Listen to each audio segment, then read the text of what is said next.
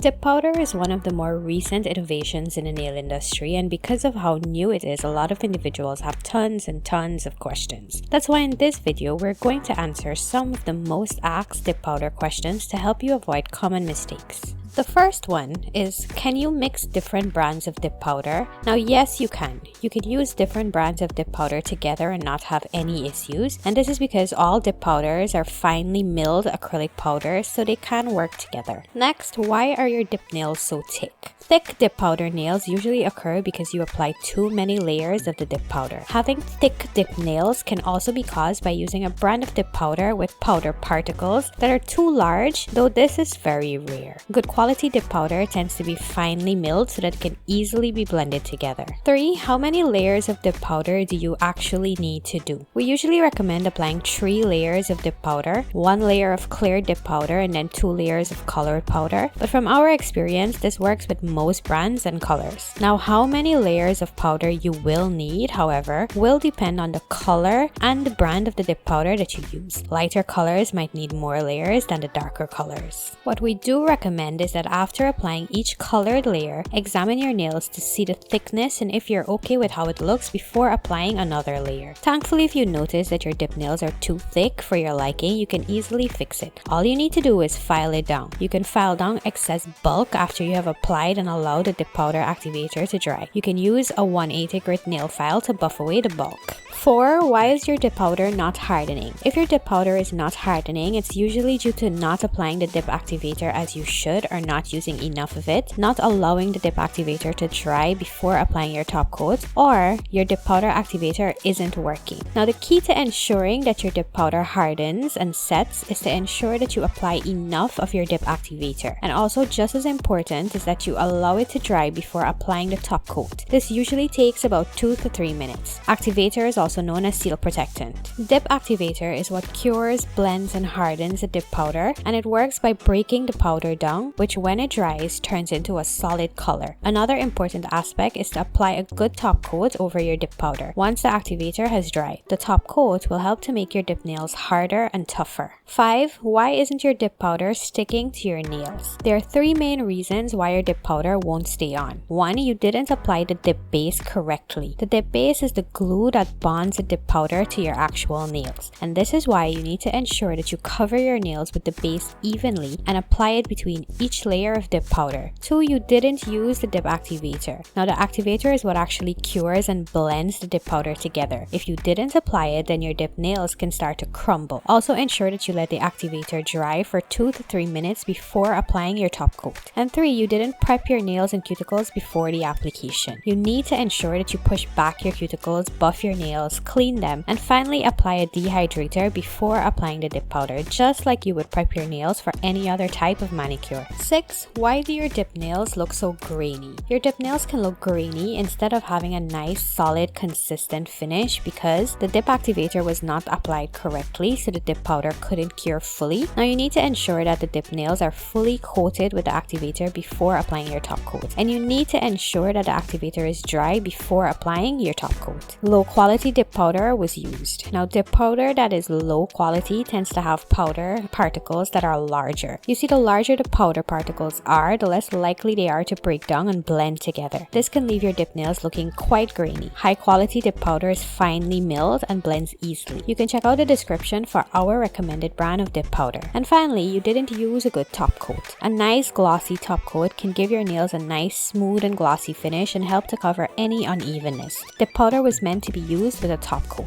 7. Can you mix your dip powder colors? Now, yes, you can mix different colors of dip powder and it will blend together, but what the outcome will be will depend on the colors that you choose to mix and how well you mix them. And 8. Why are your dip nails changing color? From our research and experience, this can usually happen because you didn't allow the dip activator to dry before applying the top coat, so the dip powder never got to cure completely. Your dip nails got stained or exposed to harsh chemicals like bleach, which can change the color, or the top coat that you used was of poor quality and when exposed to sunlight started to break down. This is common with some bad brands of of gel top coats. You can check out the description to learn more and to see our recommended dip powder products. All of Easy Nail Tech's videos and articles are crafted by nail technicians dedicated to helping you learn more about manicures like dip powder and gel nails. And one of the easiest ways that you can help us is by subscribing and hitting that notification bell. Thank you very much!